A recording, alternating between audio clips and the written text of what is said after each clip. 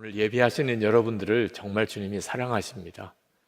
영상으로 이 예배에 참여하시는 분들도 아마 여러분들은 이해하거나 또는 믿지 못할 정도로 하나님이 여러분을 사랑하십니다. 그러나 우리가 또 주님께 할 일이 있습니다. 우선 어떻든지 어떤 형편이든지 하나님의 말씀대로 살아야 한다는 겁니다. 많은 교우들이 하나님의 말씀대로 살고 싶지만 하나님의 뜻을 잘 알기 어렵다고들 이야기를 합니다. 근데 실제로는 그렇지가 않습니다. 우리가 이미 알고 있는 하나님의 뜻대로 주님의 말씀대로 살기 시작하면 그것으로 충분합니다. 나는 죽었습니다. 이렇게 고백하고 살으라. 정말 기도하고 살으라. 사랑만 하며 살라. 어떤 일이 있든지 모든 일에 감사하라. 찬양하라. 누구를 대하든지 죽게 하듯 하라. 다 아는 말씀이잖아요. 하나님의 말씀을 알지만 실제로 그대로 사는 사람이 참 드뭅니다. 하나님의 말씀을 알아도 그렇게 살지 못하는 이유는 하나님의 말씀대로 사는 훈련을 제대로 받지 않았기 때문에 그렇습니다. 하나님께서 이스라엘 백성들을 이제 가나안 땅 정복을 위해서 첫성 여리고성부터 점령하게 하십니다. 그런데 참 하나님이 이상한 방법으로 그 여리고성을 정복하게 하셨어요. 엿새 동안은 매일 아무 말하지 않고 그 성을 한 바퀴 돌고, 그렇게 여섯째를 돌고 일곱째 날에는 7번을 돌고 큰 소리를 함성을 지르라. 그리고 여리고성이 무너졌습니다. 왜 하나님이 이런 이상한 방법을 쓰셨을까요? 그 방법에 능력이 있기 때문에 그런 게 아닙니다. 그렇다면 그 다음 다른 성에도 그런 방법을 썼겠죠. 여리고성에서만 그러셨어요. 이유는 하나님의 말씀대로 사는 분명한 체험과 훈련을 이스라엘 백성에게 주시려고 하심이었습니다. 믿어지지도 이해되지도 않는 방법이지만 하나님이 말씀하시면 그대로 순종하고 그 다음에 하나님은 반드시 역사하신다. 그 사실을 알게 하시는 거예요. 여러분, 하나님의 말씀대로 살려고 애는 쓰는데, 그런데 변화되는 것도 없고 또 하나님의 약속이 이루어지는 것 같지 않아서 지금 낙심하거나 갈등하는 분이 아마 있으실 겁니다. 지금 여러분이 겪고 있는 바로 그것이 하나님의 말씀대로 사는 훈련이에요. 이스라엘 백성들이 여리고성을 무너뜨렸을 때 하나님은 홍해나 요단강을 건널 때와는 다른 방법으로 하셨습니다.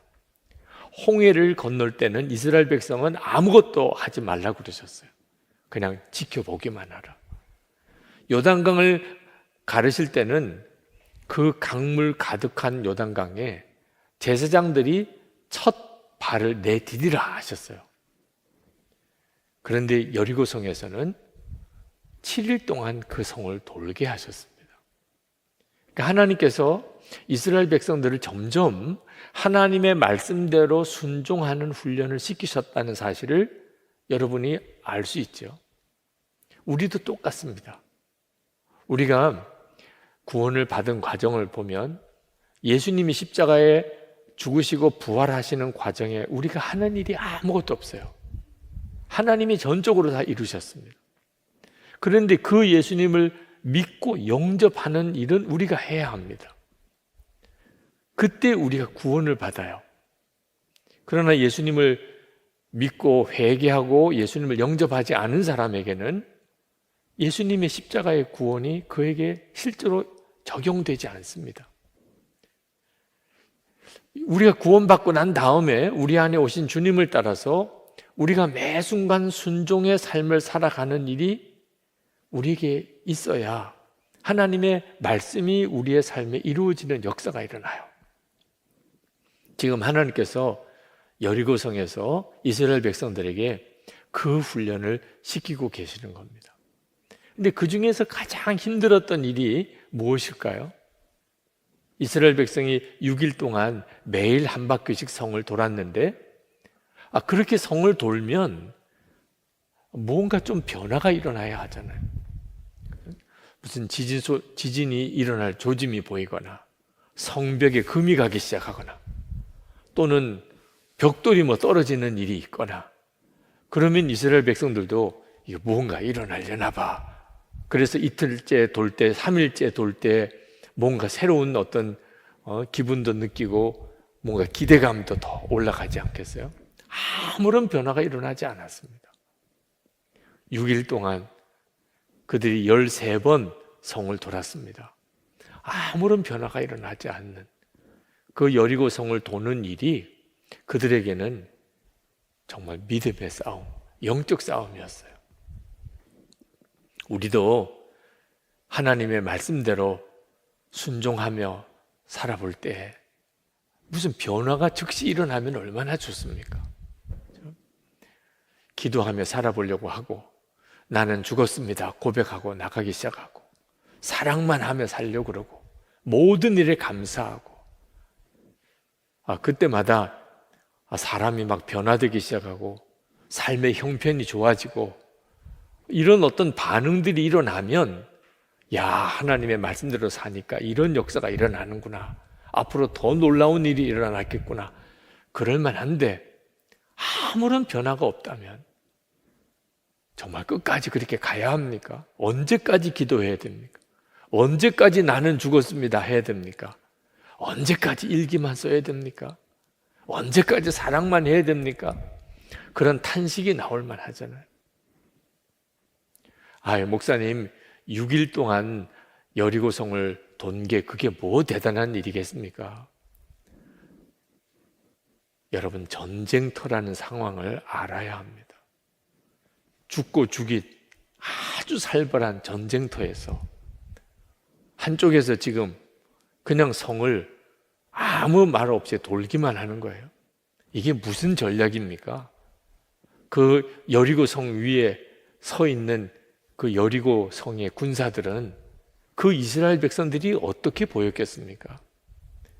왜 하나님은 이렇게 말도 안 되는 방법을 하게 하시냐 말이에요.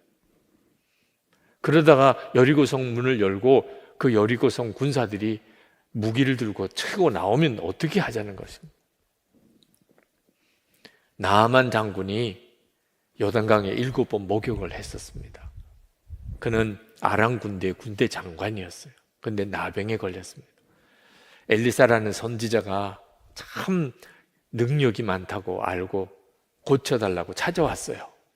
나아만이 생각하기에는 버선발로 뛰쳐나와서 자기에게 안수하고 그리고 소리를 질러서 크게 기도해 줄 알았더니 나와보지도 않고 요단강 가서 7번 목욕하고 가라고 하는 말을 듣고 나아만이 막 격분했습니다. 요단강 가서 7번 목욕하는 게 뭐 대단한 일입니까? 그런데도 나아만은 그게 그렇게 힘이 들었어요. 자존심도 상하고 감정도 상하고 나 그냥 가겠다고. 주변 사람들이 그보다 더한 일도 하라고 해도 할 거 아니겠습니까? 그거 목욕 7번 못 하겠습니까? 겨우 달래서 그 요단강 가서 7번 목욕을 하는데, 한 번 목욕할 때마다 몸이 좀 좋아지는 증세라도 나타나면 그 7번 목욕하는 건 진짜 아무것도 아니죠. 6번째 목욕할 때까지 아무런 변화가 없었단 말입니다. 단순히 요단강 가서 7번 목욕하는 것도 순종할 때는 이런 어려움이 있다면, 지금 여리고성을 6바퀴 6일째 아무 말 없이 아무런 변화가 없는데 돌아야 하는 일이 정말 무서운 믿음의 싸움입니다. 여러분 중에도 여리고성을 도는 기분으로 요즘 사시는 분들이 있으실 겁니다. 건강의 회복을 위한 여리고성이 있는 사람도 있습니다. 가정이 회복되기를, 가족들이 구원되기를 위해서 기도하고 믿음의 여리고성을 도는 분들도 있으실 거예요. 빚에 눌리고 가난에 찌들려서 하나님 정말 먹고 사는 정도뿐만 아니고 진짜 덮고 사는 자가 되게 해주세요. 재정적인 문제로 지금 여리고성을 도는 분들도 있을 겁니다. 사명 때문에 하나님 그 약속하신 성령의 충만함을 주십시오. 그리고 여리고성을 도는 분들도 있으실 거예요. 여러분의 요즘의 심정이 어떻습니까?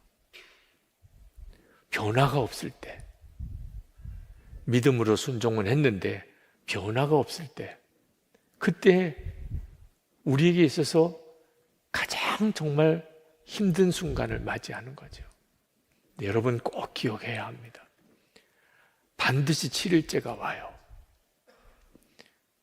하나님께서 이스라엘 백성들에게 여리고를 한 바퀴씩 그냥 돌라고 말씀하셨지만 그들이 끝까지 순종하고 나갔을 때 결국 7일째 여리고성은 무너집니다. 20절 말씀에 보면 하나님은 그 약속을 이루세요. 제사장들이 나팔을 불었다. 그 나팔 소리를 듣고서 백성이 일제히 큰 소리로 외치니 성벽이 무너져 내렸다. 백성이 일제히 성으로 진격하여 그 성을 점령하였다. 우리의 삶에도 하나님의 말씀에 순종하면 반드시 여리고 성은 무너집니다. 그리고 하나님의 이름이 주변에 많은 사람들에게 드러나요. 27절 말씀에 주님께서 여호수아와 함께 계셨으므로 그의 명성이 온 땅에 두루 퍼졌다. 이것이 우리와 저와 여러분을 향한 하나님의 계획이십니다. 그러나 6일이라고 딱 정해져 있으면 순종하기 얼마나 좋습니까? 6일만 돌으라. 7일째는 7번 돌고 소리를 한번 쳐봐라. 이런 말씀이라면 아마 순종하는 일이 그렇게 어렵지 않을 겁니다. 그런데 이게 언제 끝날지 모를 말씀 앞에서는 참 믿음의 싸움이 극심하죠. 여러분 중에는 6개월째 여리고성을 도는 심정인 분도 있을 거예요. 6년인 분도 있을 거고 60년이 걸리는 사람도 있습니다.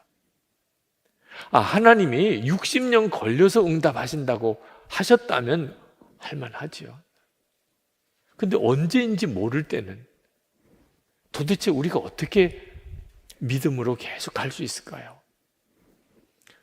예수님의 제자들이 예수님께서 부활 승천하실 때 성령을 받을 것이라 약속하셨어요. 그 약속 붙잡고 기도했습니다. 그런데 언제 성령 주실 거라는 말씀 안 하셨어요. 그저 예루살렘을 떠나지 말고 내게 들은 바 아버지의 약속하신 것을 기다리라. 그들이 마가다락방에서 전심으로 기도했습니다. 그런데 여러분 다 경험이 있으시겠습니다. 이 하루를 지났어요. 아무런 일이 일어나지 않아요. 이틀이 지났어요. 아무런 일이 일어나지 않아요. 이게 언제까지 기다려야 되는 거죠? 열흘이 지났습니다. 아마 그 중에는 중간에 떠난 이들도 많았을 겁니다. 하나님은 이미 때를 정하셨어요. 오순절에 성령이 임하게 하나님은 정하셔서 그날 때가 이름에 성령이 임하신 거예요. 그러나 기도하던 제자들은 알 수가 없었습니다. 중요한 것은 끝까지 주님이 말씀하신 그 말씀대로 사는 훈련이 되어져야 성령을 받고 그리고 주님의 증인이 되는 삶을 사는 거예요. 우리만 그런 게 아닙니다. 아브라함도 그랬고 모세도 그랬고 요셉도 그랬고 다윗도 그랬고 아무런 변화가 없는 그런 기간 동안 하나님의 약속의 말씀을 붙잡고 살았던 다 증인들입니다. 여러분, 하나님의 말씀대로 사는 훈련이 필요합니다. 하나님의 말씀은 들어요. 매일도 듣고요. 매주일도 듣습니다. 근데 실제로 하나님의 말씀대로 사는 자들은 참으로 적습니다. 하나님의 말씀대로 사는 분명한 체험과 훈련이 안 됐기 때문에 그렇습니다. 매일의 삶, 우리가 계속 부딪히는 일들을 하나님의 말씀대로 사는 훈련이라고 믿으셔야 돼요. 여호수아가 이스라엘 백성들에게 이 여리고성을 돌라고 하면서 아무 말도 하지 마라, 그런 특별한 지시를 합니다. 10절에 보면 여호수아가 또 백성에게 명령하였다. 함성을 지르지 말아라. 너희 목소리가 들리지 않게 하여라. 한마디도 입 밖에 내지 말고 있다가 내가 너에게 외쳐라 하고 명령할 때에 큰 소리로 외치라. 왜 여호수아가 이스라엘 백성들에게 아무 말을 하지 못하게 했을까요? 이스라엘 백성들은 불평과 원망을 하다가 그들의 부모 세대가 광야에서 다 죽은 사람들입니다. 불평과 원망에 찌들려 있었던 사람들이었어요. 13번 여리고성을 돕니다. 아무런 변화가 없고 성 위에 있는 그 군사들은 조롱하는 상황. 그럴 때 한번 상상해 보십시오. 얼마나 불평하고 원망하는 말이 잘 나오겠습니까? 이게 뭐야? 이게 도대체 무슨 전쟁하는 방법이야? 이거 언제까지 이렇게 해야 되는 거야? 뭐 아무런 일도 일어나지 않잖아. 저러다가 저 사람들이 칼 들고 창 들고 달려 나오면 어떡해? 만약에 이런 식으로 불평과 원망이 나왔다면 그들은 끝까지 여리고성을 못 돌았을 거예요. 그래서 여호수아가 아무 말을 하지 말라.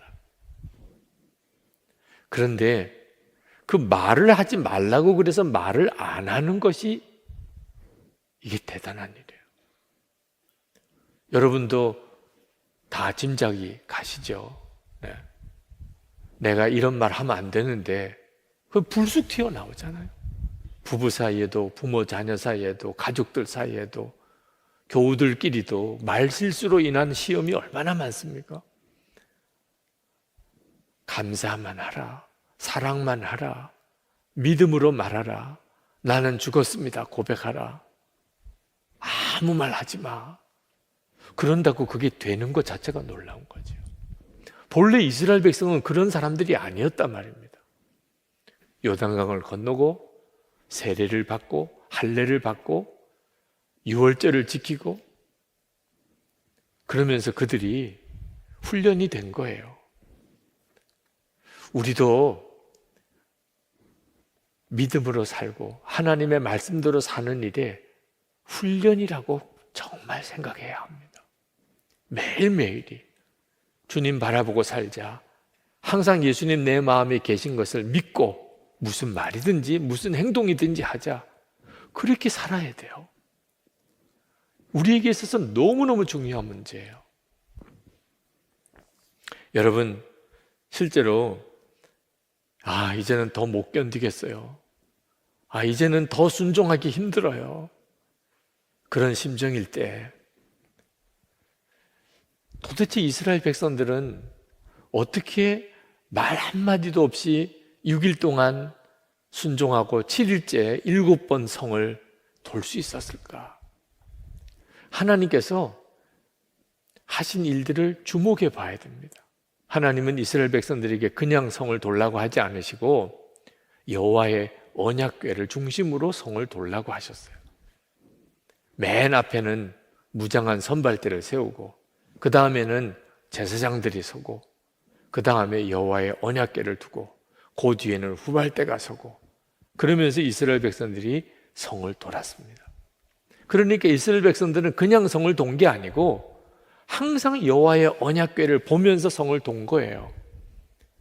그 말은 하나님이 함께 계신다는 것을 주목한 겁니다. 성벽을 쳐다보거나 무슨 벽돌 하나로 떨어지거나 그런 것을 확인하고 돈 게 아니었어요. 여호와의 언약궤만 보고 따라 돈 거예요. 그렇기 때문에 그들은 말 한마디 안 할 수 있었던 거예요. 그리고 끝까지 순종할 수 있었던 거예요. 아무 변화가 없는 6일을 그들은 꿋꿋이 여호와 여리고성을 돌 수 있었던 거예요. 지금 우리도 마찬가지예요. 여러분이 응답을 바라보고 그렇게 순종하려고 그러면 중간에 다 맥이 빠지고 낙심하고 원망 불평하다가 중간에 다 중간 그만두고 맙니다. 주님을 바라봐야 돼요. 주 예수님을 바라봐야 돼요. 우리와 함께 계시는 주님. 그 주님만 주목해야 돼요. 코로나19 이제 감염으로 인한 어려움이 때가 길어지기 시작하니까 다시 감염자가 막 일어납니다. 그런데 이제는 더 이상 참을 수가 없는 지경이 된 것 같아요. 너무 답답해서.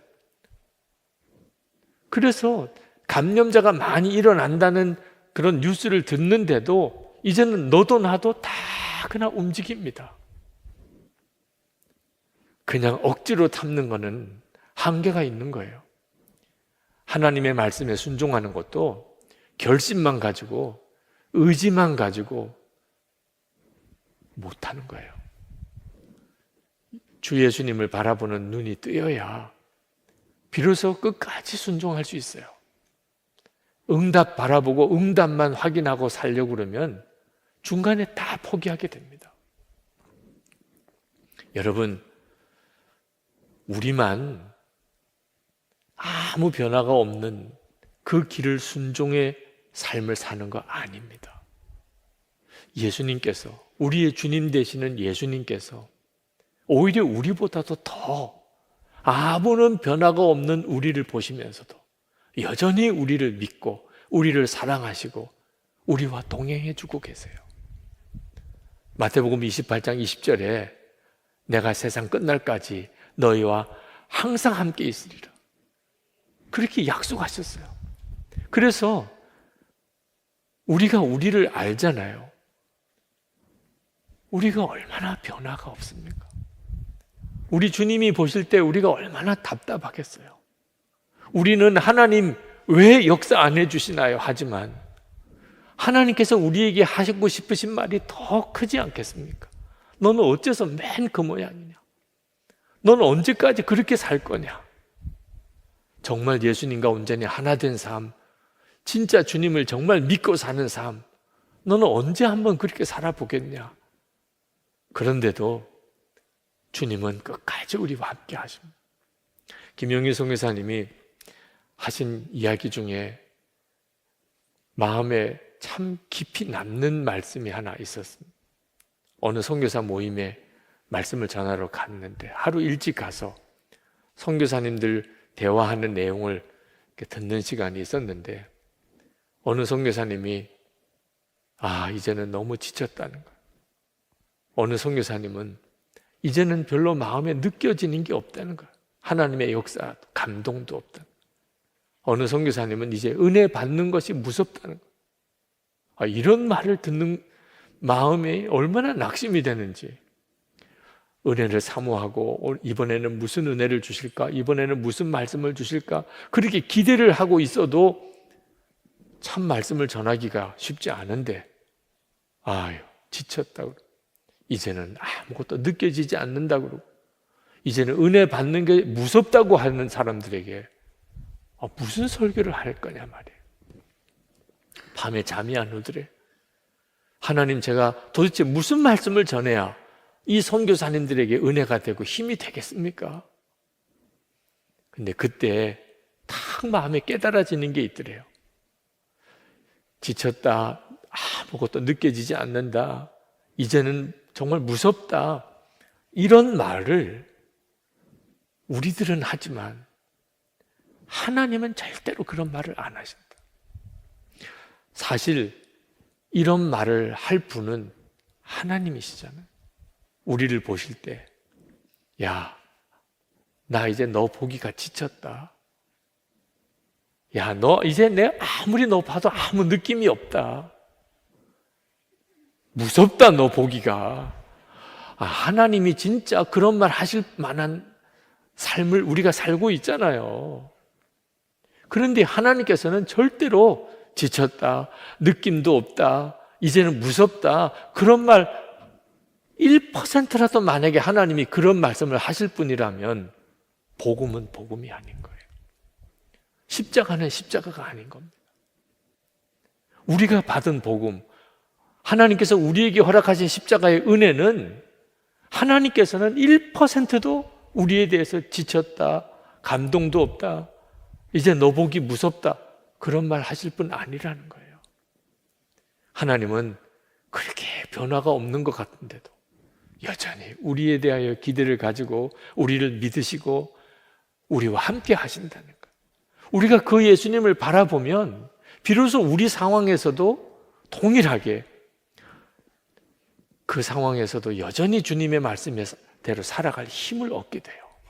제가 군목 제대할 때 이제 부대에 들어가서 제대 신고를 지휘관에게 하고, 그리고 이제 차를 타고 나오는데 위병소에서 병사 하나가 큰 소리로 경례를 하는 거예요. 보니까 잘 아는 친구예요.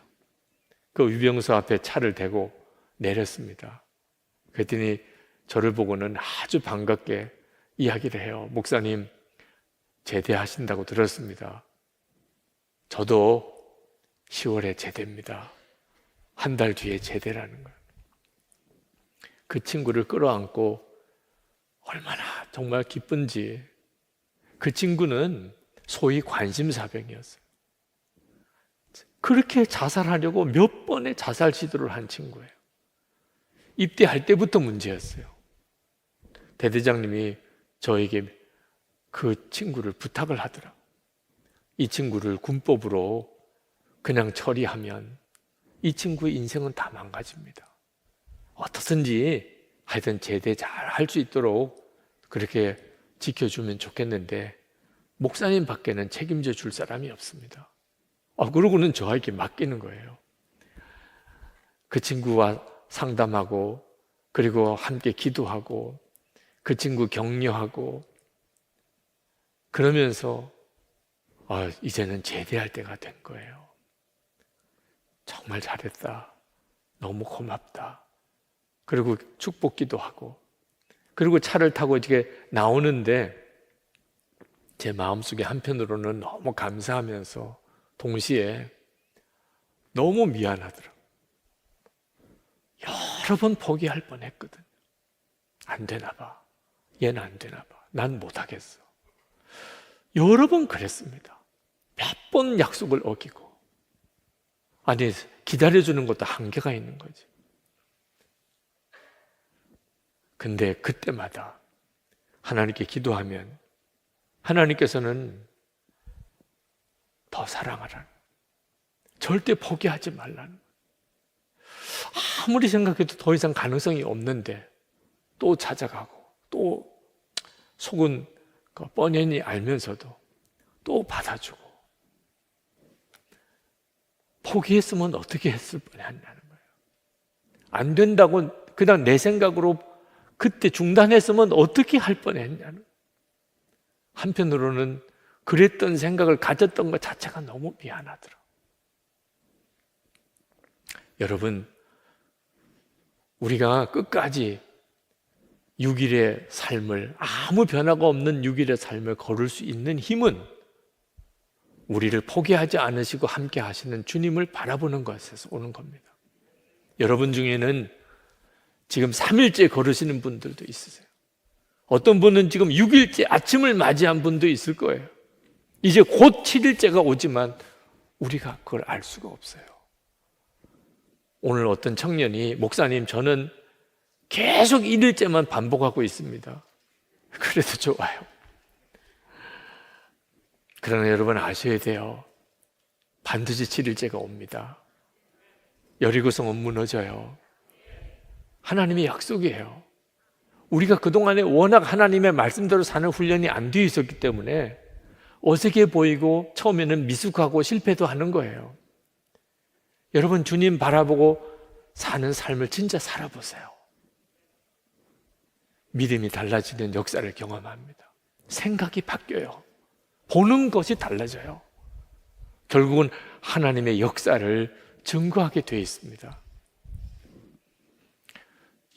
지금 우리에게는 어떤 뜻에서는 앞으로 다가올 엄청난 일을 준비해야 되는 기간인지도 몰라요. 여러분도 다 나이가 들어갑니다. 나이가 든다는 게 뭘 의미하는지 그때 가서야 알게 돼요. 하나님 말씀대로 사는 훈련이 안 된 사람은 그 나이 드는 거 하나도 견뎌내지를 못해요. 상황이 지금보다 더 어려워질 수도 있어요. 근데 그 상관하지 마세요. 주님이 함께 계시는 것이 믿어지냐? 주님이 나에게 뭐라고 말씀하는 말씀이 들리냐? 그게 중요한 거예요. 그러면 충분해요. 반드시 하나님은 역사하십니다. 이제 우리 같이 기도하십시다. 하나님, 제가 여리고성을 지금 돌고 있습니다. 아무런 변화가 없는 것 같지만 분명히 주님은 이렇게 하라 저렇게 하라 말씀하시니 제가 갑니다. 나는 죽었습니다. 오늘도 고백합니다. 1시간 기도, 그 길을 갑니다. 사랑만 하라. 아멘입니다. 감사하고 찬송하라. 한밤중에 찬송하는 자가 되겠습니다. 하나님의 역사가 저를 통해 드러나기 원합니다. 주위에 있는 모든 이들이 살아계신 하나님을 보게 되기를 원합니다. 여리고성이 무너지는 그날이 주님 오게 하시옵소서. 통성으로 우리 기도합시다. 오늘 우리에게 주시는 하나님의 말씀은 여호수아 7장 1절에서 26절이고 봉독은 1절에서 15절까지 하겠습니다. 이스라엘 자손이 전멸시켜서 주님께 바쳐야 할 물건을 잘못 다루었다. 유다 지파에서 세라의 증손이요 삽디의 손자요 갈미의 아들인 아간이 전멸시켜서 주님께 바쳐야 할 물건을 가져갔기 때문에 주님께서 이스라엘 자손들에게 진노하셨다. 여호수아가 여리고에서 베델 동쪽 베다웬 곁에 있는 아이성으로 사람들을 보내면서 그들에게 올라가서 그 땅을 정탐하라고 지시하니 그 사람들이 올라가서 아이성을 정탐하였다. 그들이 여호수아에게 돌아와서 이렇게 말하였다. 모든 백성을 다 올라가게 할 필요가 없을 것 같습니다. 2,000명이나 3,000명만 올라가도 아이성을 칠 수 있습니다. 모든 백성이 그 성을 치느라고 다 수고할 필요가 없을 것 같습니다. 성 안에 있는 사람들의 수가 얼마 되지 않습니다. 백성 가운데서 약 3,000명이 그리로 올라갔다. 그러나 그들은 도리어 아이성 사람에게 패하여 도망쳐왔다. 아이성 사람은 이스라엘 사람을 36명쯤 죽이고 성문 앞에서부터 스바림까지 추격하여 비탈길에서 그들을 쳤으므로 백성의 간담이 서늘해졌다. 여호수아는 슬퍼하면서 옷을 찢고 주님의 궤 앞에서 얼굴을 땅에 대고 엎드려서 저녁 때까지 있었다. 이스라엘의 장로들도 그를 따라 슬픔에 젖어 머리에 먼지를 뒤집어 썼다. 여호수아가 아뢰었다. 주 하나님, 우리 백성을 요단강 서쪽으로 잘 건너게 하시고는 왜 우리를 아모리 사람의 손에 넘기어 멸망시키려 하십니까? 차라리 우리가 요단강 동쪽에서 그대로 살았더라면 좋을 뻔하였습니다. 주님, 이스라엘이 원수 앞에서 패하여 되돌아왔으니 이제 제가 무슨 말을 할 수 있겠습니까? 가나안 사람과 그 땅에 사는 모든 주민이 이 소식을 듣고 우리를 애워싸고 이 땅에서 우리의 이름을 없애버릴 터인데 주님께서는 주님의 위대한 명성을 어떻게 지키시겠습니까?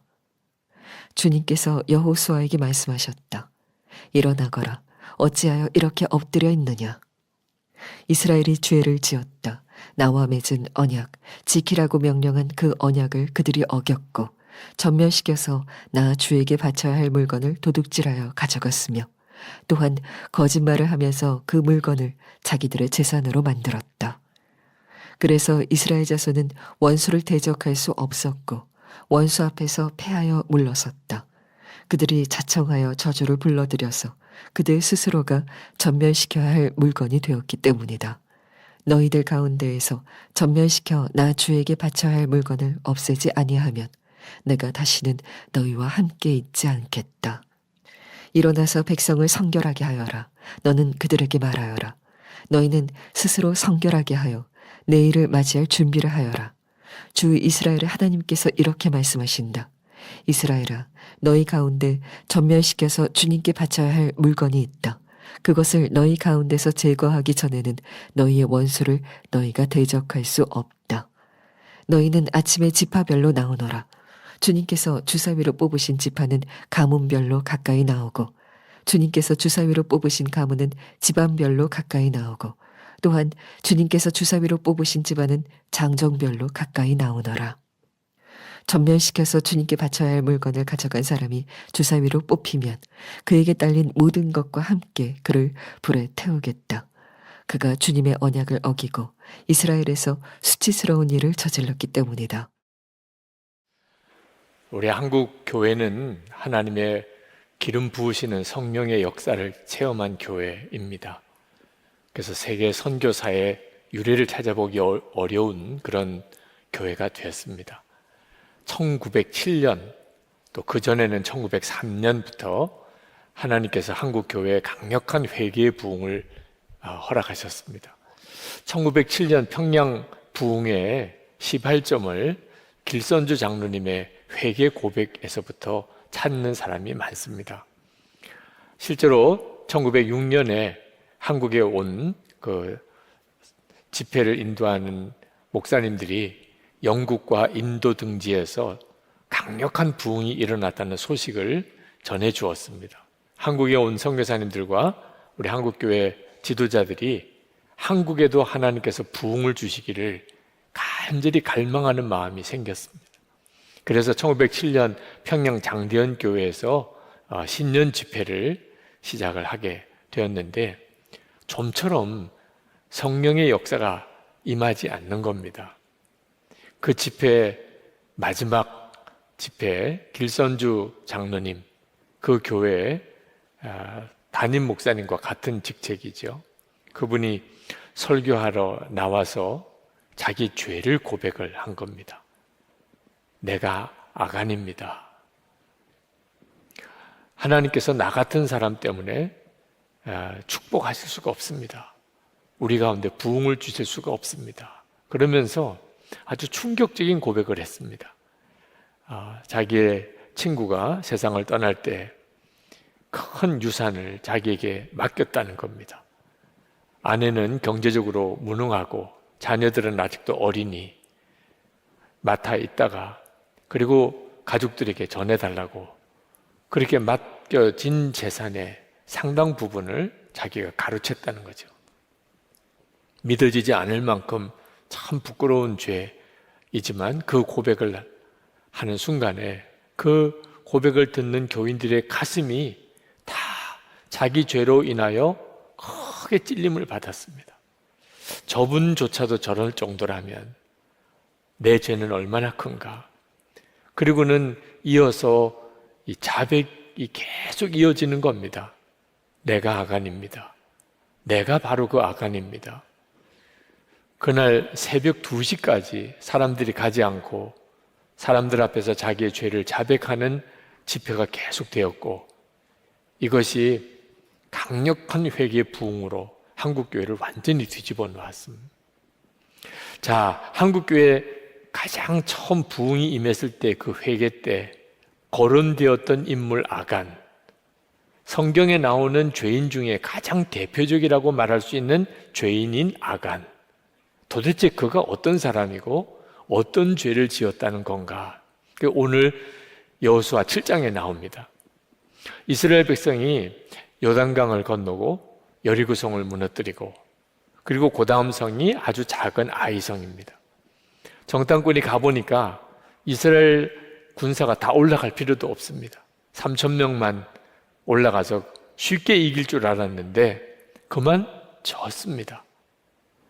그때 여호수아는 하나님의 궤 앞에서 꼬꾸라져서 울면서 하나님께 기도했습니다. 여호수아 마음은 두렵기도 하고 너무너무 낙심이 되었습니다.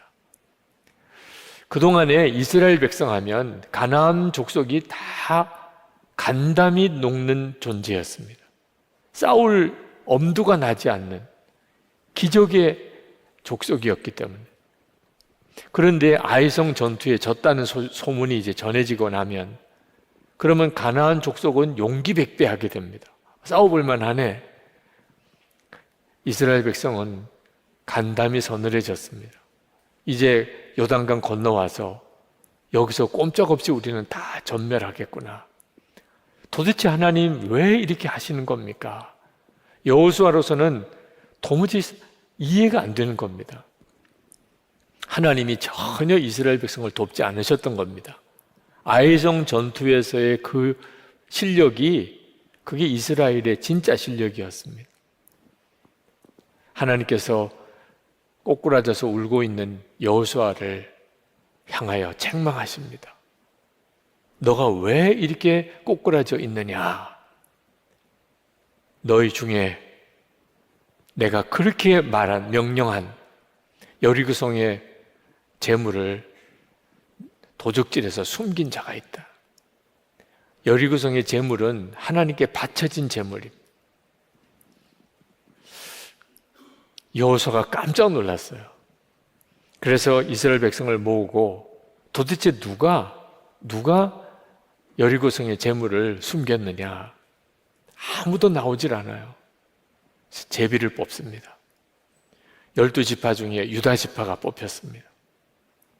그 유다 지파 중에 세라 가문이 뽑혔습니다.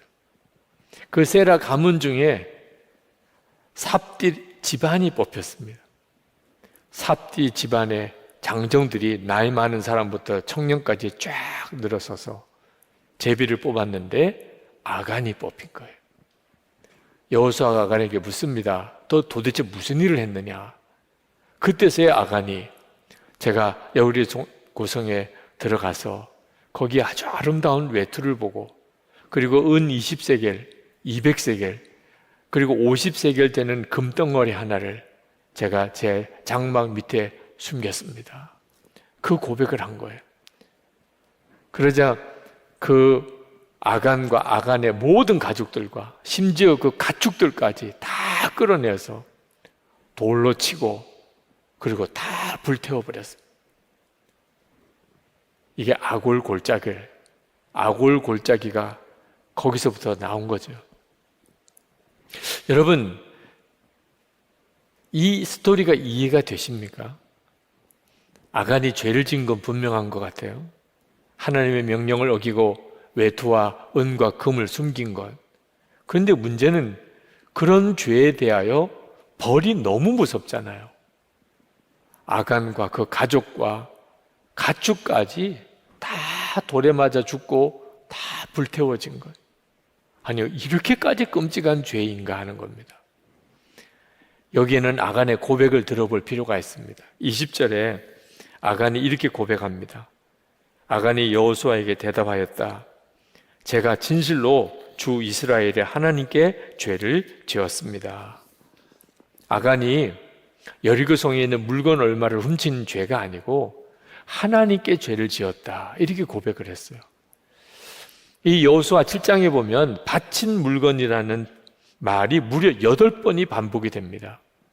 이 말은 여리고성에 있는 모든 재물과 사람은 다 하나님께 바친 물건이라는 뜻입니다. 여호수아 6장에서 하나님께서 이스라엘 백성들에게 아주 엄히 말씀합니다. 이 여리고성은 하나님께 바쳐져야 된다는. 그 말은 무슨 뜻이냐면 누구도 그 어떤 것도 손대면 안 된다. 그 여리고성에 있는 사람, 가축, 거기 있는 금은보화 어떤 것도 다 하나님께 바쳐졌기 때문에 다 불태워버려야 된다. 그리고 그렇게 한 겁니다. 그런데 아간이 거기에 손을 댄 거예요. 그러니 아간은 그저 물건 얼마를 훔친 게 아니고 불태워버려야 될 하나님께 드릴 재물을 가지고 있었던 겁니다. 그러니 그 재물을 가지고 있는 아간과 그 가족 집안이 다 불태워져야 되는 거예요. 불태워져야 될 물건을 가지고 있었으니까. 아니, 물건을 훔칠 게 따로 있지. 하나님께서 다 불태워버리는 그 물건을 자기 장막에 숨겼으니, 그러니 아간과 그 가족과 가축까지 다 돌에 맞아 죽고 불태워진 거예요. 이 죄가 정말 무서운 죄입니다. 제가 이 말씀을 묵상하면서 여리고성이 무너졌을 때 여리고성의 재물들이 얼마나 많았겠습니까? 그 큰 성에. 그런데 그 여리고성의 재물에 손을 댄 사람이 아간밖에 없었다. 저는 이게 믿어지지 않을 정도로 놀라워요. 사람은 누구나 다 탐심이 있잖아요. 아간이 그 재물을 숨기는 걸 보면 누구나 다 은근슬쩍 숨길 수 있다는 뜻이거든요. 그저 탐나는 거, 뭐 금덩이나 은덩이, 금은 보화 등 몇 가지 그냥 자기 주머니에 넣을 수도 있다는 뜻이에요. 그런데 어쩌면 한 사람도 없었다. 아간 외에는. 이게 믿어지지 않는 일입니다. 그리고 생각해 보니까 그 상황이 그런 상황이었다. 그게 깨달아져요. 지금 이스라엘 백성이 요단강 강둑까지 물이 가득 차던 요단강이 한순간에 말라버렸습니다. 그때 그 이스라엘 백성들은 얼마나 놀랐을까요? 그 요단강을 건넜습니다. 그리고는 할례를 받았어요. 그 할례 받을 때 그 통증이 아마 여전히 그들 속에 느껴짐이 있었을 거예요. 그리고 여리고성이 그 엄청난 그 성이 소리 한번 확 질렀다고 다 무너졌어요. 하나님은 살아계시구나. 하나님은 우리와 함께 계시구나. 이스라엘 백성들은 너무나 생생한 체험을 한 겁니다. 하나님이 계시냐 아니냐 물을 사람도 없어요. 그런데 그 하나님께서 여리고성에 있는 모든 재물은 하나님께 바쳐진 재물이니 누구도 손대지 마라. 다 불태워야 된다. 이스라엘 백성들이 그렇게 한 거예요. 하나님이 너무나 분명히 믿어지고 함께 계시다는 게 너무나 확신이 되었으니까. 그런데 아간 같은 사람이, 그런 상황 속에서도 아간 같은 사람이 나오는 거예요. 아간도 요단강 건넜습니다. 그 강물이 다 말라버리는 걸 아간도 보았어요. 아간도 할례를 받았고, 아간도 여리고성이 무너질 때 그 자리에 있었습니다. 하나님이 정말 살아계신 거잖아요. 어떻게 하나님을 의심할 수 있어요? 아니, 그런데 어떻게 외투에 은혜 금덩어리에 손을 댈 수 있냐 말입니다. 탐심은 생길 수 있죠. 가졌으면 좋겠다. 이거 정말 탐나는데. 그런데 하나님이 너무나 분명히 살아계시고, 조금 전까지 요단강 건넜고 여리고성 무너지고 그랬는데 어떻게 거기에 손을 대냐 말입니다. 게다가 하나님께서 아이성 전투에서 이스라엘 백성이 패배하고 난 다음에 누군가가 여리고성에 있는 재물에 손을 댄 자가 있다. 이렇게 여호수아가 이야기할 때 제가 그랬습니다. 그래야 되잖아요.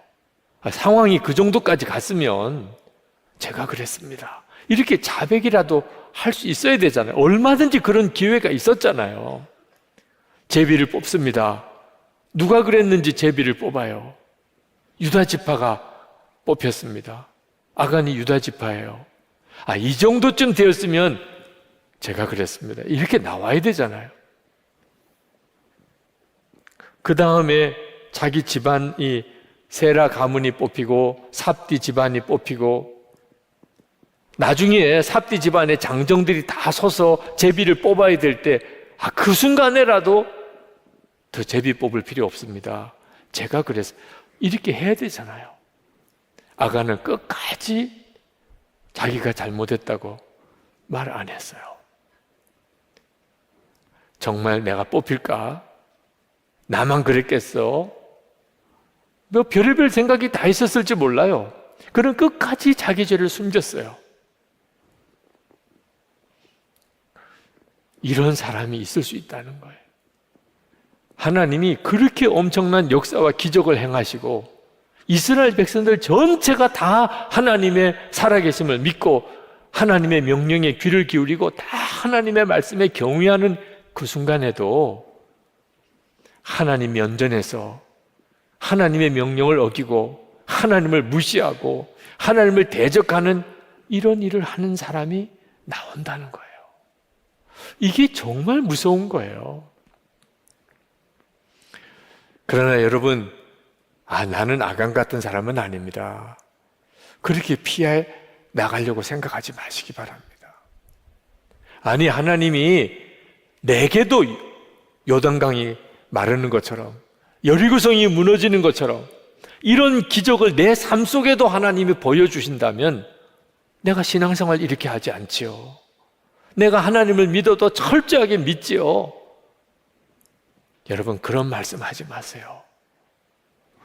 우리는 아간보다도 더 놀라운 기적을 보고 있고 더 엄청난 은혜를 받고 사는 것을 아셔야 돼요. 하나님의 독생자 예수 그리스도께서 저와 여러분을 위해서 십자가에 죽으셨잖아요. 사실이에요, 아니에요? 아니, 이 엄청난 기적과 은혜를 여러분이 받으셨잖아요. 그래서 여러분의 죄가 사함받고 여러분이 영생을 얻었잖아요. 그 예수 그리스도께서 지금 여러분 마음에 임하셨잖아요. 그래서 여러분이 생명을 가지고 살잖아요. 오늘 예배드리러 오신 것이 여러분 안에 계신 주의 역사잖아요. 하나님 만나보지도 않았는데 하나님을 믿고, 주님을 만난 적도 없는데 예수님을 사랑하는, 도대체 이런 엄청난 역사가 지금 우리 안에 일어나고 있잖아요. 똑같은 시대에 사는데 하나님이 전혀 안 믿어지는 사람도 있고, 예수님을 사랑하기는커녕 입으로 담을 수 없는 욕을 해야 되는 사람들도 있잖아요. 그런데 여러분은 어떻게 이렇게 하나님께 예배를 드리고 오늘 온라인으로라도 이렇게 예배를 드리고 있는 겁니까? 아간이 경험한 은혜, 기적은 비교도 안 되는 은혜를 지금 우리가 받고 있는 거예요. 그런데도, 그런 은혜를 받고 있는데도 하나님이 하늘 위에서 보시는 게 아니고 우리 안에 오셔서 우리와 함께 하시는 것을 믿는다면서도 우리가 하나님 앞에서는 도무지 할 수 없는 말을 하고, 하나님 앞에서는 도무지 할 수 없는 거친 행동들, 말도 안 되는 그런 삶을 살고, 은밀하게 저지르는 죄는 부끄러기가 짝이 없습니다. 사람만 보지 않으면 아무도 안 보는 줄 알고, 지난 한 주간 동안 여러분은 정말 어떻게 사셨습니까? 여러분 안에 계신 예수님, 그분 앞에서 주님이 여러분을 보고 계신 것을 정말 믿고 그렇게 말하고 행동하고 사셨나요? 우리가 다 아간인 거예요. 제가 회심할 때, 그때 제가 깨달은 것이 내가 아간이구나. 하나님 보시는 앞에서 지은 죄가 너무 많은 거예요. 몰랐으니까 그렇죠. 영적으로 완전히 눈이 먼 사람처럼 되었습니다. 장애인이 될 그 절박한 처지에서 목사이면서도 실제로 믿은 대상은 하나님보다 육신의 아버지였어요. 사람들 보는 앞에서는 괜찮은 목사같이 보였지만 사람 보지 않는 데서는 세상에 어떤 죄인하고 다를 바가 없었어요. 그게 아간이 지은 죄예요. 여러분, 이 상태에서 우리가 빨리 벗어나야 합니다. 하나님이 믿어지지 않으시나요? 여러분과 함께 계시는 게 믿어지지 않나요? 그러면 아간처럼 사는 거예요. 탐심에 그 외투와 은, 금 몇 개에 그만 하나님을 대적하는 겁니다. 그거 붙잡으면 불태워 죽는 거예요. 그런데도 그 불태워 죽는 걸 붙잡으니 자기 자신이 불태워 죽는 거죠. 우리가 얼마나 영적으로 무지한지, 얼마나 어리석은지, 탐심에, 거짓말에, 욕심에, 음란에 우리가 얼마나 영적으로 눈이 먼 사람인지 여러분 아셔야 합니다. 이스라엘에서 유학하시던 어느 목사님께서 그 목자와 만나서 대화하면서 들은 이야기를 하시더라고요. 한 번은 그 양들의 먹이가 되는 그 깻묵을 보관해 놓은 창고에 불이 난 거예요. 그 깻묵에 불이 붙으니까 고소한 냄새가 막 퍼지기 시작합니다. 그 냄새를 맡고 양떼들이 불이 난 창고로 막 몰려드는 겁니다. 털에 불이 붙으면 양들은 죽거나 심각한 상처를 입게 돼요. 목자로서 밀려드는 양떼를 어떻든지 창고에 접근하지 못하게 하느라고 막대기를 들고 그 양들을 막고 오지 말라고 그렇게 소리를 쳐도 이쪽에서 밀려오는 거 막으면 저쪽에서 밀려오고, 그날 그 깻묵 창고에 불이 꺼지고 양떼들을 지키느라고 그 목자가 얼마나 고생을 했는지. 양은 한 마리도 다치진 않았지만 이 목자가 몇 주간을 앓았다는 겁니다. 화상을 입고, 그리고는 연기를 흡수하고. 그러면서 그분이 하는 이야기가 깜짝 놀랐다는 거예요. 너무 충격을 받았다는 겁니다. 그렇게 말을 잘 듣던 양들이 그날은 다 제정신이 아니더래요. 자기가 죽을 길인데, 불구덩이 속인데 그 깻묵 타는 고소한 냄새에 끌려서 그렇게 밀려드는 양을 보고 얼마나 충격을 받았는지 모른다는 것. 우리 이야기예요. 죽을 길인데, 불태워 죽을 길인데, 눈에 보이는 것 탐심 때문에, 음란 때문에, 유혹 때문에 하나님의 존재도 다 잊어버리고, 주님이 내 안에 계시고 내 모든 것을 보시는 것을 까마득하게 잊어버리는 거예요. 이것이 아간이었어요. 하나님은 아간 한 사람의 죄를 이스라엘 전체의 죄라고 하셨습니다. 이스라엘이 죄를 지었다, 그렇게 말씀하셨어요. 13절에 보면 이스라엘 백성들을 성결하게 하라고 그랬습니다. 하나님께서는 아간 한 사람을 제거하는 것이 하나님의 뜻이 아니었어요. 하나님께서 정말 원하셨던 것은 이스라엘 백성들 모두가 다 아간이 될 가능성이 있다는 겁니다. 아간, 이스라엘 백성들 속에, 마음속에 있었던 그 아간의 요소, 눈에 보이지 않으면 전혀 믿지 못하는, 하나님이 그렇게 함께 하시고 역사하시는 것, 그것을 듣고도 실제로 보고 체험했으면서도 또 죄의 유혹이 오면 아무것도 믿지 않는 사람처럼 그렇게 행동하는 그 아간의 요소를 반드시 제거해야 한다는 거죠. 누구를 만나든지 무슨 일을 하든지 주님이 나와 함께 계시는구나, 이렇게 믿어지지 않으면 죄의 장사가 없어요. 결국 아간처럼 됩니다. 그 외투와 은과 금에 자기 가족들 전체의 목숨을 다 잃어버린 거예요. 그게 우리들이에요. 히브리서 11장 27절에 모세는 보이지 아니하는 자를 보는 것 같이 하여 참았으며, 이것이 우리의 믿음의 목표입니다. 예수님 보이지 않지요. 그러나 우리가 이미 우리 가운데 계신 걸 알잖아요. 예수님 아니면 오늘 이렇게 예배드리는 우리를 설명할 방법이 없잖아요. 그러면 보이지 않는 주님을 보는 분처럼 바라볼 수 있어야 하는 겁니다. 2001년입니다. 제가 안산에서 목회할 때 교육자들과 함께 수련회를 갔어요. 첫날 저녁에 기도회를 인도하시는 목사님, 부목사님이 베드로전서 1장 16절 말씀, 내가 거룩하니 너희도 거룩할지어다, 이 말씀을 가지고 우리가 다 목회자들인데 하나님 앞에서 우리의 거룩함을 위하여 기도합시다. 그래서 교육자들이 다 그 강당에 다 벽을 향하여 돌아서서 하나님을 바라보고 우리를 거룩하게 해주세요, 나를 거룩하게 해주세요, 그렇게 기도를 시작을 했습니다. 저는 담임 목사로서 하나님께 기도했어요. 하나님, 담임 목사인 저는 어떻게 하는 게 거룩한 것입니까? 성경을 더 많이 보는 것입니까? 기도 시간을 더 많이 갖는 것입니까? 그때 하나님께서 제게 주신 말씀이 너무나도 분명했어요. 혼자 있을 때 나를 바라보라. 그게 하나님이 말씀하시는 거룩함이었어요. 그날 얼마나 울었는지 모릅니다. 그 말씀이 주는 것이 저에게는 너무나 아픔이었어요. 사람들이 보지 않을 때, 나만 혼자 있을 때, 그때 나는 도대체 어떻게 살았나? 어떤 행동을 했었나? 그 모든 것을 하나님이 다 보고 아시는데, 하나님의 보시는 앞에서 나는 어떤 모습이었나? 그게 진짜 내 모습이었거든.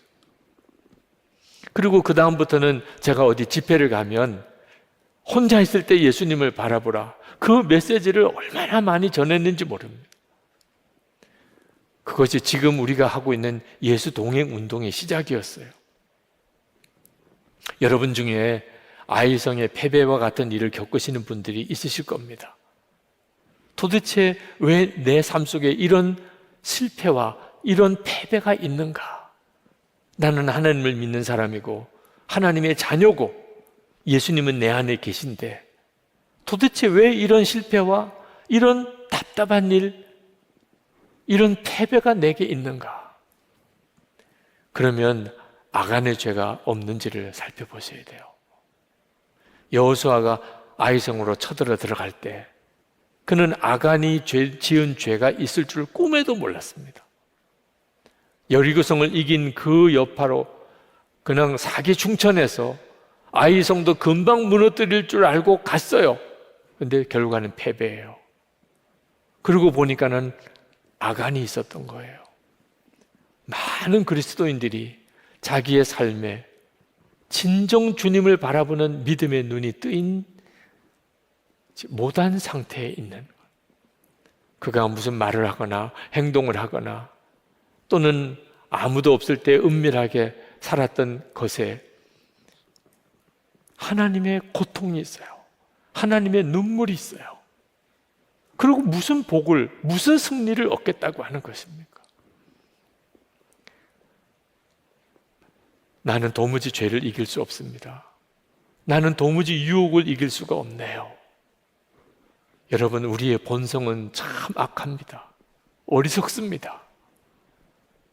욕심이 너무 많고 이기적이고 너무 혈기가 강하고, 그러나 여러분, 우리가 주님을 바라보는 눈이 뜨이면 우리가 아무리 악한 본성을 가지고 있어도 우리 본성대로 살지 못해요.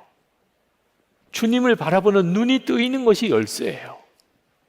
그래서 우리가 매일 예수 동행 일기를 쓰자고 하는 거예요.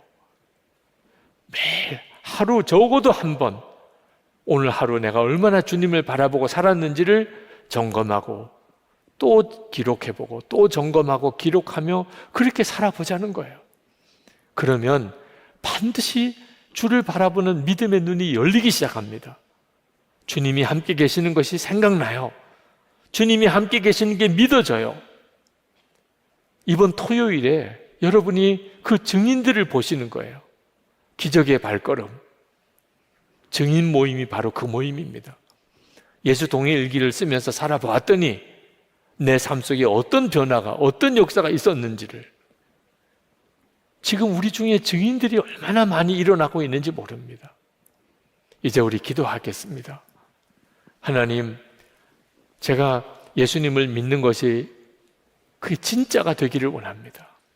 아간처럼 하나님의 은혜와 기적 속에 살면서도 하나님을 전혀 무시하는, 하나님을 전혀 의식하지 못하는 말과 행동을 하는 그런 내가 이제는 완전히 변화되기 원합니다. 주님을 바라보는 눈이 뜨이고 주님이 함께 계시는 게 정말 믿어지는 그 삶을 살게 해주소서. 두렵고 힘들고 어려운 때가 됐습니다.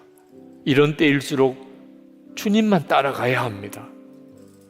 주님은 우리 가정 문제나 내 일터 문제나 교회 문제나 모든 것에 답이십니다. 주님만 의지하고 주님만 바라보고 나가게 해주소서. 제 눈을 열어 주를 보게 하소서. 우리 다 같이 통성으로 기도하겠습니다. 오늘 우리에게 주시는 하나님의 말씀은 여호수아 8장 1절에서 35절입니다. 봉독은 1절에서 9절까지 하겠습니다. 주님께서 여호수아에게 말씀하셨다. 두려워하지 말아라. 겁내지 말아라. 군인들을 다 동원하여 아이성으로 쳐 올라가거라. 보아라, 내가 아이의 왕과 백성과 성읍과 땅을 다 내 손에 넘겨주었다.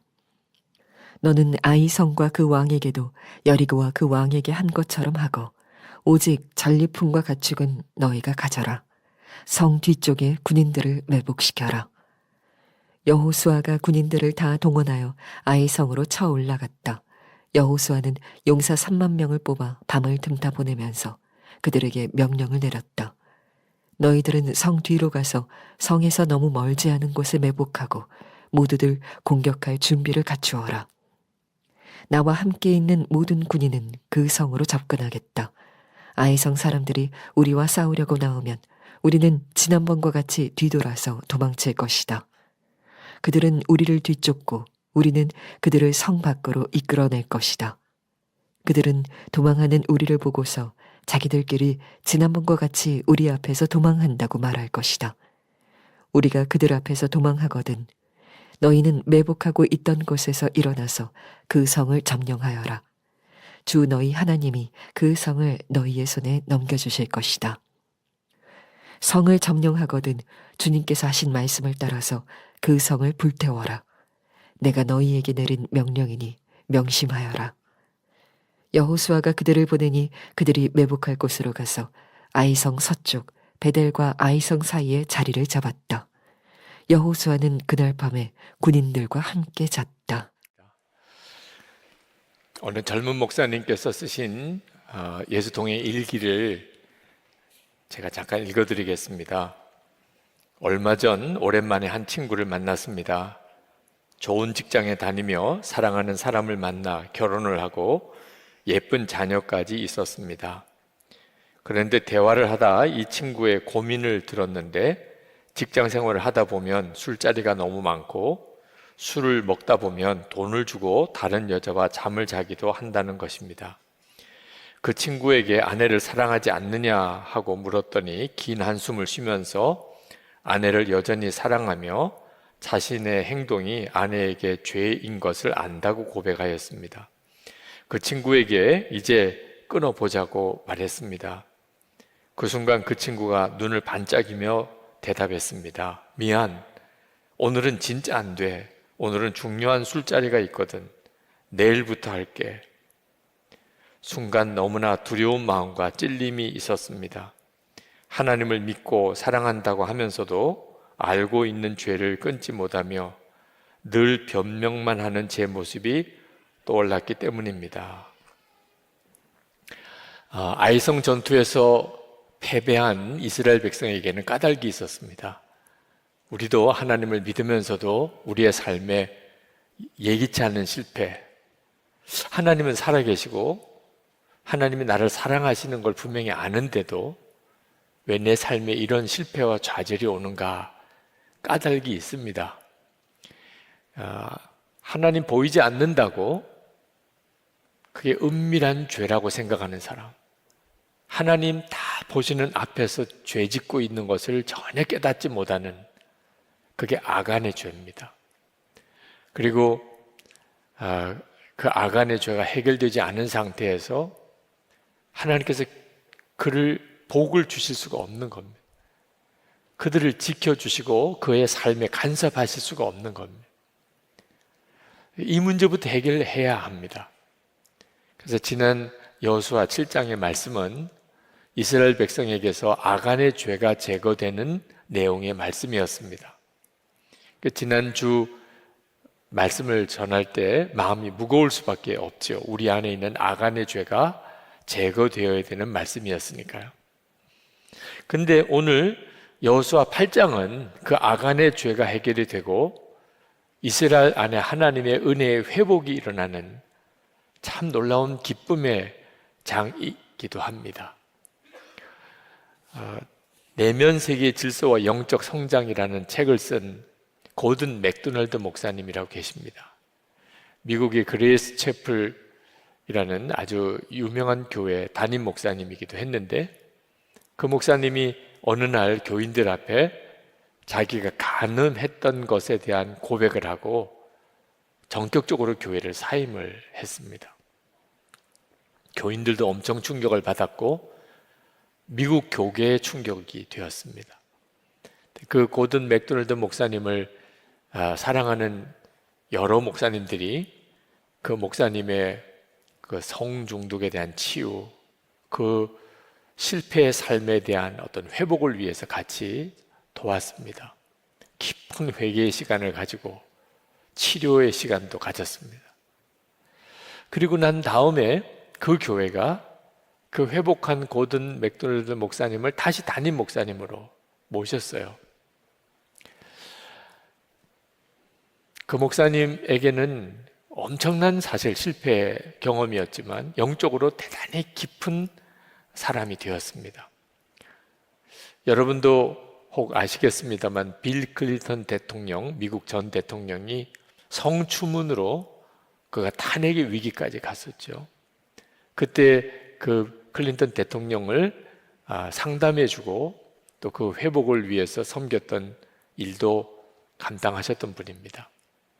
그분이 책을 아내와 함께 책을 쓰면서 그 책에서 이렇게 썼습니다. 우리는 정상에 섰습니다. 그동안의 길은 길고도 험했습니다. 그러나 아주 귀중한 경험이었습니다. 우리는 산 등성이에 피인 야생화를 보면서 목마르면 바위 틈에서 솟아나는 샘물을 마시면서 꾸준히 걸어왔습니다. 여기저기서 우리는 우리의 삶을 수술하기도 했습니다. 우리는 낭떠러지에 떨어지기도 했습니다. 그러나 우리는 또 일어섰습니다. 이제 드디어 정상에 올랐습니다. 우리는 산 정상에서 함께 기뻐하며 서로를 바라봅니다. 그러나 아직도 우리가 올라야 할 산 등성이가 또 앞에 놓여 있는 줄 압니다. 그러나 우리는 함께 감당할 것입니다. 이 고든 맥도날드 목사님처럼 우리도 우리의 삶 속에 크고 작은 실패를 계속 경험합니다. 근데 중요한 것은 그 실패를 디디고 다시 은혜를 회복하는 것입니다. 이것이 많은 성도들의 실제적인 삶의 간증이기도 합니다. 아이성의 실패 후에 이스라엘 백성에게는 그 아간의 죄가 제거되는 참 고통스러운 시간을 갖습니다. 그러나 아간의 죄만 제거된 게 아니었어요.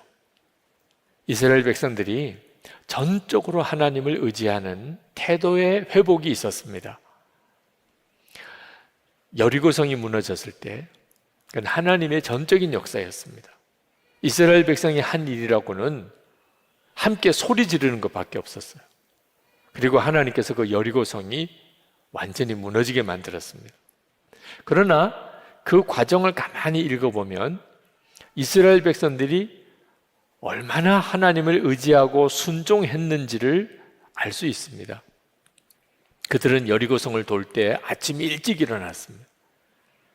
하나님께서 아무 말을 하지 말라고 그래서 그들은 아무 말을 하지 않고 성을 돌기만 했습니다.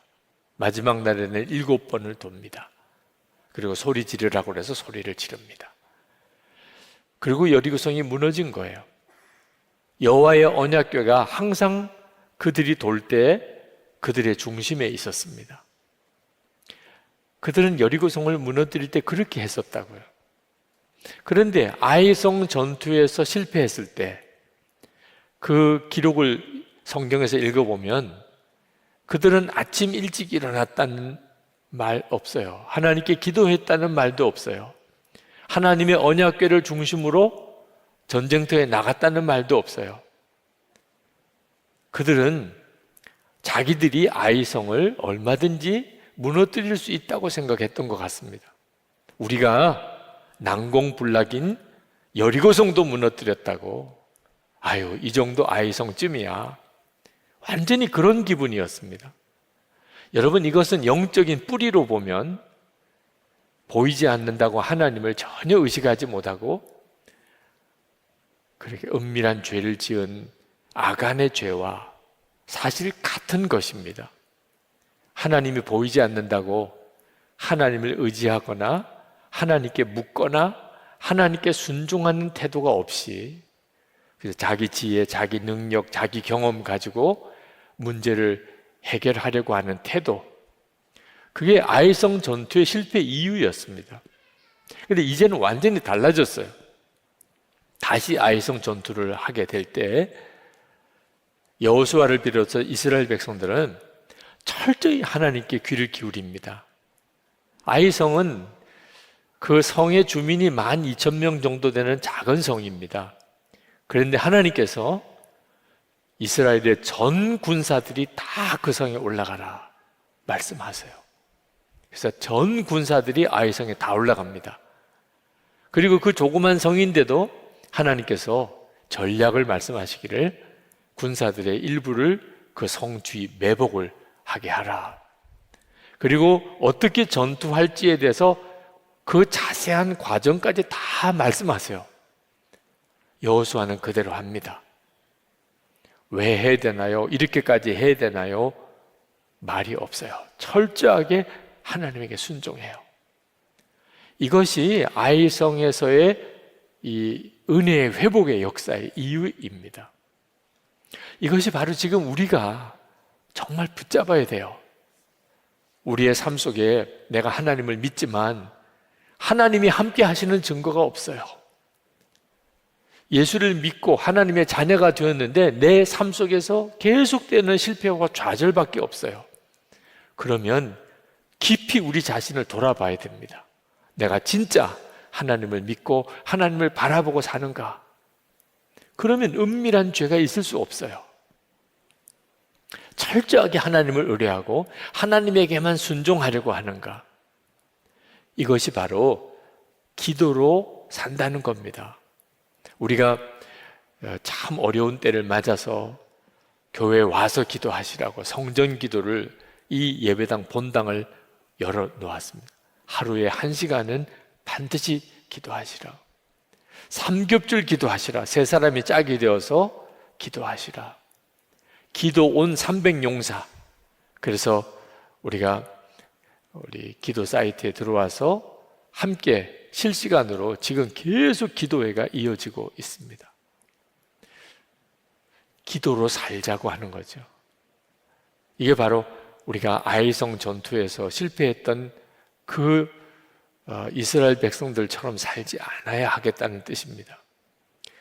팀 켈러 목사님이라고 아주 유명한 목사님이 계신데 그 목사님이 쓰신 기도라는 책에 그 목사님과 사모님의 기도 이야기가 나옵니다.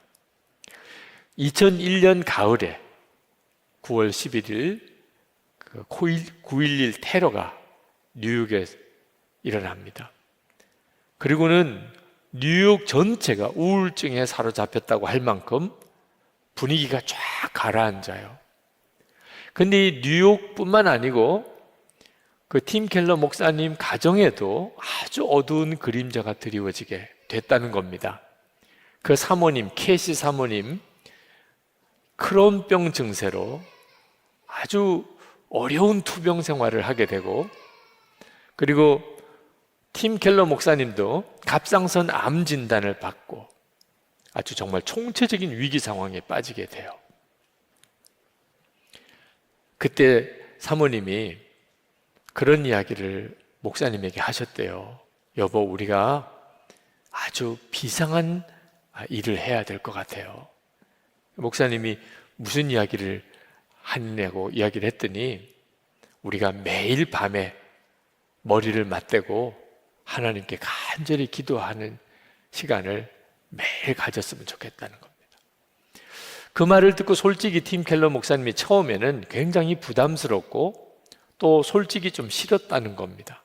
하루나 이틀 하는 것도 아니고 매일 밤에 아내와 함께 머리를 맞대고 하나님께 간절히 기도하는 것은 그동안에 해본 적도 없고 기도는 그저 따로따로 해도 되지 않느냐, 그렇게 생각도 들었다는 거예요. 그때 사모님께서 하시는 이야기가, 만약에 우리가 병원에 가서 죽을 병에 걸린 사실을 알게 되고 의사가 매일 밤 약 한 알씩을 먹지 않으면 몇 시간 내에 당신은 죽을 겁니다. 만약에 그런 말을 들었다면 우리가 매일 밤 약 먹는 것에 대해서 귀찮아하거나 또는 그것 때문에 부담스러워하거나 하겠는가? 그 약을 먹지 않으면 그러면 몇 시간 안에 죽는다고 한다면 우리는 아마 틀림없이 정신 차려서 항상 밤에 약을 먹게 될 것이라. 근데 지금 우리가 지금 겪고 있는 일은 그것보다도 더 심각한 문제라. 우리가 지금 할 수 있는 일은 전적으로 하나님의 능력에 의지하는 일밖에 없지 않느냐. 그렇다면 우리가 하나님께 비상한 기도를 해야 되지 않겠는가? 그때 팀 켈러 목사님께서 사모님의 이야기를 듣고 이건 성령께서 하시는 말씀이다, 그렇게 깨달았다는 거예요. 머릿속에 마치 불이 반짝 켜지는 것 같은 느낌이었다는 겁니다. 그렇구나, 우리가 이제야말로 정말 제대로 기도를 해야 되는 상황이구나. 그래서 그때부터 밤에 사모님과 함께 손을 잡고 기도하는 시간을 가져오고 있다는 거예요. 이따금 집회 때문에 해외에 나가는 그런 일이 있다 하더라도 전화로라도 같이 기도하는 시간을 계속 가져온다는 겁니다. 여러분 기도는 어떠세요? 혹시 여러분 중에 너무 바빠서 기도할 시간을 갖기가 어렵습니다, 그런 분들이 혹 있으실지 모르겠어요. 여러분, 밥은 때에 따라 잘 드시나요? 혹시 약을 먹어야 되는 그 약은 여러분 제대로 잘 먹고 있나요? 그렇다면 변명하지 말아야 돼요. 기도하는 것은 밥을 먹는 거나 약을 챙겨 먹는 것보다 훨씬 중요한 일이에요.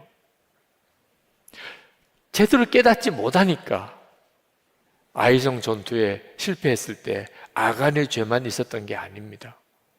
여호수아와 이스라엘 백성들이 어느 순간에 그만 영적으로 나태함과 교만에 빠졌던 거예요. 제대로 깨닫고 난 다음에 그들은 하나님께 계속 귀를 기울이고 주님께 지시를 구했어요. 우리가 그렇게 살아야 할 상황인 것입니다. 이스라엘 백성들이 아간의 죄를 제거하고 철저히 하나님께 순종하려고 할 때 그때 하나님의 간섭하시는 역사가 다시 회복이 됩니다. 이스라엘 백성들이 아이성에 쳐들어 들어갔습니다. 군사들 일부는 뒤에 매복을 했죠. 내 아이성 군사들이 나와서 싸움이 시작이 됐는데 일부러 패배한 것처럼 후퇴하기 시작을 합니다. 하나님이 그렇게 하라고 가르치셨어요.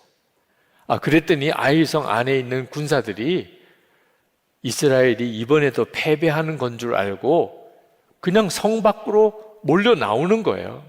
아주 이번에 끝장을 보겠다, 그들 생각에는 그렇게 생각했겠죠. 그런데 군사만 나온 게 아니고 아이성 주민들까지 다 쫓아나왔습니다. 그 매복 섰던 군사들이 아이성이 완전히 비어있는 성에 들어가서 그 성을 뺏어서 불태워버린 거예요. 이건 하나님의 역사죠. 아간의 죄가 사라지고 철저히 하나님에게 순종하게 되면 성도의 실패의 삶은 반드시 회복됩니다. 하나님의 간섭이 돼요. 하나님이 관여하실 수 있게 돼요.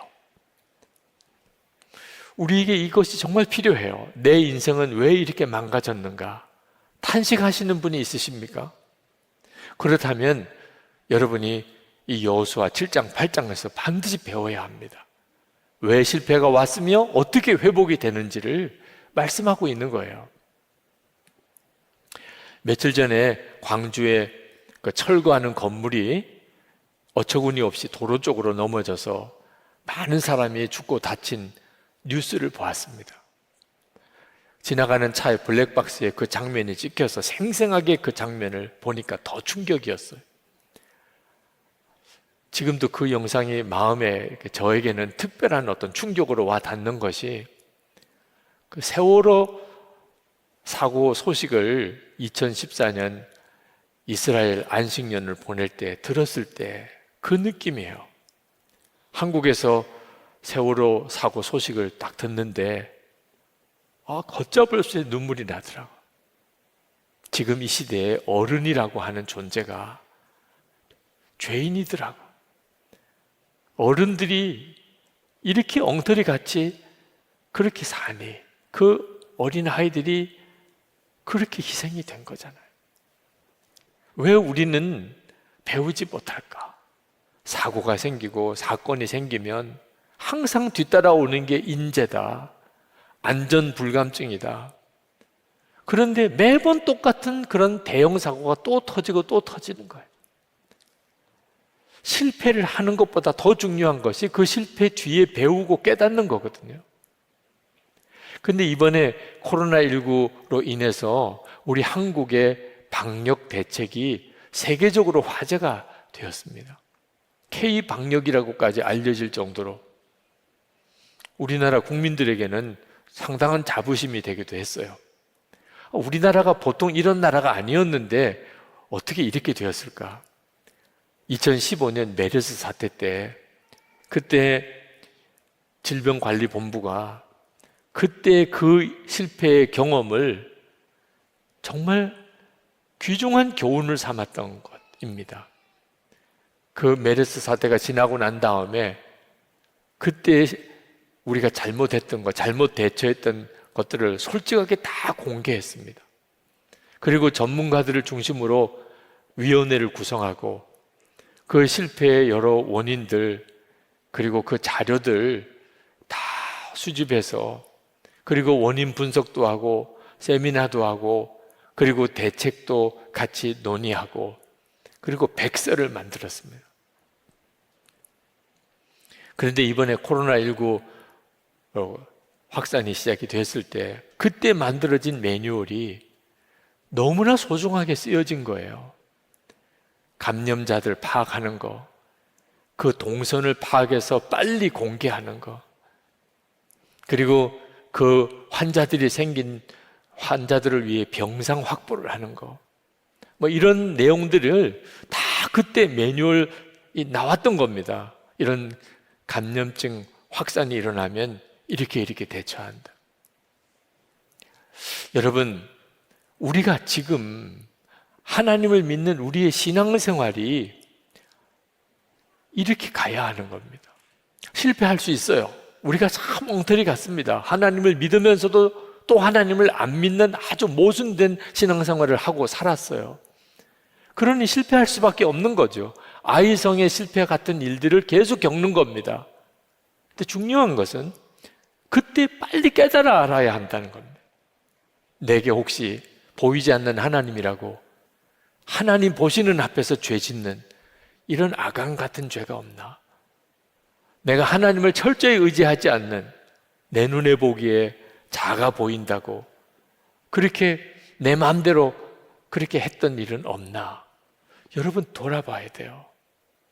저는 이번에 우리 교육관 건축 완공이 하나님의 은혜라고 고백하는데 그저 빈말로 하는 게 아닙니다. 그저 교회에서 늘 상투적으로 쓰는 말이 하나님의 은혜입니다 이렇게 하는데, 저는 정말 하나님의 은혜라고 고백해요. 왜냐하면 이 교육관 건축 과정에 사실 큰 대형 사고가 하나 있었습니다. 교회 앞에 있는 건물이 다 무너지고 수많은 사람이 죽고 다치고, 아마 이 광주에서 일어났던 것 비슷하게 아마 뉴스에 보도가 되고 이럴 일이 벌어졌어요. 그런데 정말 하나님이 도와주신 거예요. 그저 건물 수리나 조금 해드려도 되고 죽은 사람, 다친 사람 한 사람도 없이, 그런 큰 사고가 어쩌면 그렇게 아무 일도 없었던 것처럼 지나갈 수 있었을까? 그때 제 마음속에 내가 그동안에 기도했던 게 얼마나 건성으로 기도했던 건가. 교육관 건축을 위해 기도했지요. 그러나 절박감, 위기감이 없었어요. 한순간에 엄청난 사고가 날 수 있는 현장이 건축 현장이구나. 그리고 그 다음부터 매일 합심 기도에 우리 교육관 공사의 안전 공사를 위해 계속 성도들에게 기도 요청을 드리고 건축 과정을 꼼꼼히 살펴보고 또 살펴보고 하게 됐습니다. 결국은 정말 안전사고 없이 정말 은혜롭게 예배당 공사가 끝났죠. 그때 그 하나님이 경고처럼 주셨던 사고를 귀하게 붙잡았기 때문이에요. 우리의 삶에 하나님께서 경고처럼 주시는 사고들이 있습니다. 그때 깨달아야 되는 거예요. 아간의 죄, 그거 품고 복을 받을 사람 없습니다. 하나님이 어떻게 복을 주시겠어요? 교만, 영적으로 교만하고, 영적 교만은 하나님께 기도 안 하는 거예요. 내 힘으로 살 수 있는 줄로 아는 거예요. 여러분, 이거 정말 해결 받아야 됩니다. 여러분 중에도 지금 실패 때문에 낙심하는 분들 있을 거예요. 가정에 실패하고, 결혼에 실패하고, 사업에 실패하고, 자녀 교육에 실패하고, 우리에게 여러 다양한 형태의 실패가 계속 일어납니다. 그러나 여러분, 낙심하지 마세요. 하나님이 쓰셨던 사람들은 다 실패를 겪고서야 하나님 앞에 바로 섰던 사람들이었어요. 사도 바울, 베드로 다 실패자였어요. 여러분 중에 사도 바울이나 베드로 같은 실패를 겪은 사람 없을 거예요. 사도 바울은 스데반을 돌에 던져 죽이기도 해요. 베드로는 예수님을 저주까지 하면서 3번이나 부인했습니다. 그런데 하나님이 그들을 다시 회복시키신 거예요. 정말 우리가 믿는 하나님은 놀라우신 하나님이세요. 아브라함 링컨은 참 훌륭한 미국의 대통령이었지만 그는 실패도 엄청나게 많이 한 사람으로 유명한 사람입니다. 그런데 실패했을 때마다 그는 하나님의 말씀 한 절을 붙잡았어요. 로마서 8장 28절에 하나님을 사랑하는 자, 곧 그 뜻대로 부르심을 입은 자들에게는 모든 것이 합력하여 선을 이룬다. 그 말씀을 붙잡았어요. 그가 고백했습니다. 내가 실패했을 때 마귀는 말하더래요. 너 이제 끝났어. 그런데 하나님께서는 또 말씀하시더래요. 너 이 실패를 디디고 더 큰 일을 시작해보라. 자기가 한 일이라고는 마귀의 말을 붙잡지 않고 하나님의 말씀을 붙잡았다는 거예요. 오늘 여러분 실패와 좌절이 여러분에게 혹시 있다 하더라도 오늘 이 말씀을 꼭 붙잡으세요. 하나님의 기적은요, 우리의 생각과 계획을 뛰어넘습니다. 여러분, 정말 하나님이 복을 주실 수 있도록 살아야 돼요. 너무 당연한 이야기잖아요. 하나님이 복을 주실 수 있도록 살아라. 그런데 하나님은 우리의 마음과 생각까지 아시는 분이에요. 그러니 하나님을 기쁘시게 하는 일은 간단해요. 하나님을 기쁘시게 하는 생각을 하고 사는 거예요. 그게 뭐 그렇게 어렵습니까?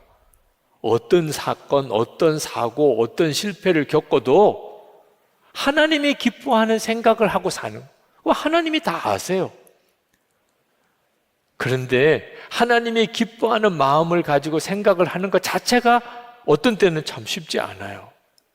그래서 우리가 예수 동행 일기를 쓰는 거예요. 항상 주님을 기억하고 주님을 생각해 보려고 하는 것 자체가 우리의 생각을 바꾸더라는 거예요.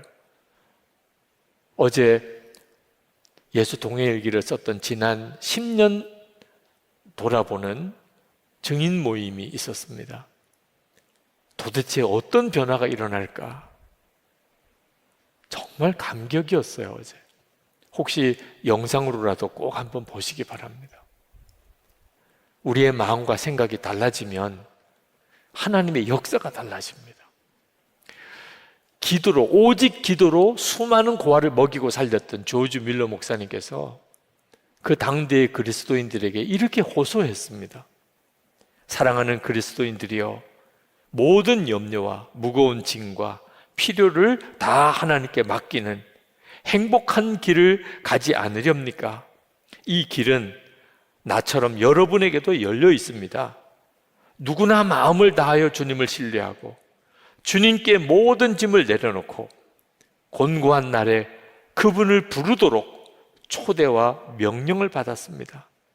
그리스도 안에 있는 형제들이여, 이렇게 살지 않으시겠습니까? 그러기를 진정으로 바랍니다. 여러분에게 어떤 어려움과 부족함이 있을지라도 평안하고 즐거운 마음을 가지시기 바랍니다.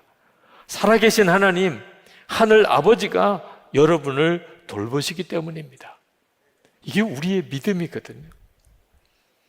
아간의 죄가 있다면 여러분 그거 붙잡고 살 생각하지 마세요.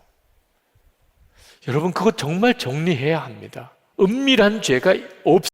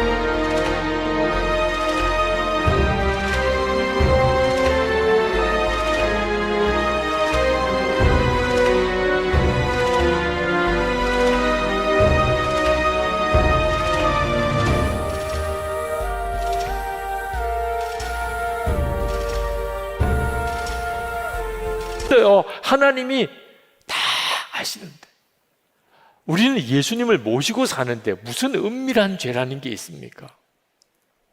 드러내놓고 죄 짓는 거예요. 드러내놓고. 그리고 매사에 하나님을 의지하는 겁니다. 주님께 묻고 주님께 순종하고 묻고 순종하고. 그러면 회복되지 않을 성도가 없습니다. 이제 우리 기도하실 때 하나님 내 삶을 회복해 주세요. 제가 제 실패에서 벗어나기 원합니다. 저도 살고 우리 가족도 또 우리 한국 교회도 하나님 실패해서 다시 하나님의 은혜를 회복하게 되기를 원합니다. 아간의 죄 분명하게 정리하겠습니다. 이제는 오직 주님 바라보고 순종하고 살겠습니다. 통성으로 기도하겠습니다.